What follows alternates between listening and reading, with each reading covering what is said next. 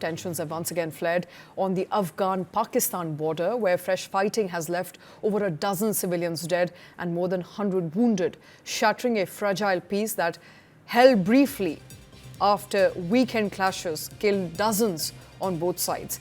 According to Taliban, Pakistani forces launched heavy attacks early Wednesday morning, killing at least 12 civilians in eastern Afghanistan. The Taliban chief spokesperson informed on social media platform X that Afghan fighters retaliated, claiming to have killed a large number of Pakistani soldiers, captured military posts, seized tanks and weapons, and destroyed multiple Pakistani installations. Now, Pakistan, meanwhile, has blamed the Taliban for the renewed clashes. Officials in Pakistani Chaman district and Taliban fighters attacked a border post, injuring as many as 4 civilians on their side before Pakistani forces repulsed the assault after nearly 5 hours of intense fighting. So both sides there blaming each other for fresh escalation in violence. The latest violence marks one of the worst escalations since the Taliban seized power in Kabul in 2021, highlighting the rapid deterioration of relations between the two neighboring countries that were once each other's allies. And at the heart of the conflict lies Islamabad's demand that the Taliban act against militant groups allegedly operating from safe havens inside Afghanistan, including Tehreek-e-Taliban Pakistan or TTP.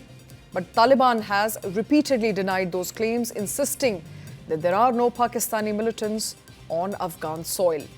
The fighting has forced both nations to close major border crossings, crippling cross-border trade and leaving hundreds of people as well as trucks stranded across the border. Now, Pakistan is Afghanistan's main supplier of goods and food, and the closure are already deepening shortage in the landlocked country. Clashes have drawn international concerns as well, with China urging both sides to protect its investments, Russia calling for restraint, and US President Donald Trump offering to mediate to end the conflict. The timing is significant as Afghan Foreign Minister Amir Muttaqi is in India this week, meeting External Affairs Minister S. Jaishankar and NSA Ajit Doval to strengthen ties and reopen embassies in India.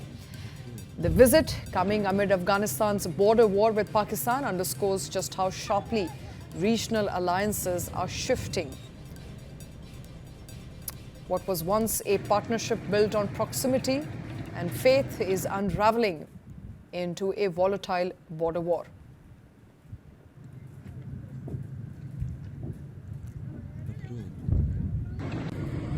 And on your screens right now, the latest visuals coming from the Pakistan-Afghanistan border, where tensions have once again escalated and flared overnight, leaving about 100 people wounded on both sides and dozens of civilians dead.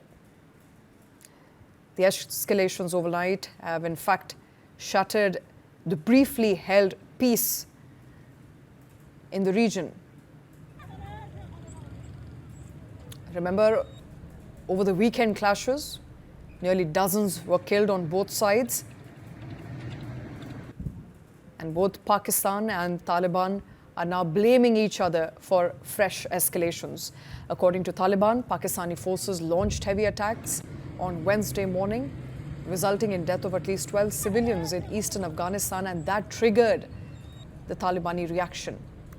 Pakistan, meanwhile, is also blaming Taliban for the renewed clashes, and officials say that Talibani fighters attacked a border post, injuring as many as 4 civilians on their side, and which is why the Pakistani forces were repelling the attack and the assault, and that's the reason why Pakistani side had to use force. So the latest violence, in fact, is one of the worst escalations since Taliban took to power in Kabul in 2021. And at the heart of the conflict lies the demand made by Pakistan that Taliban should act on Pakistani militants who are currently operating from safe havens inside Afghanistan. This includes the Tehreek-e-Taliban Pakistan, which is the TTP. Taliban has denied Pakistani claims, insisting that there are no Pakistani militants on the Afghan soil.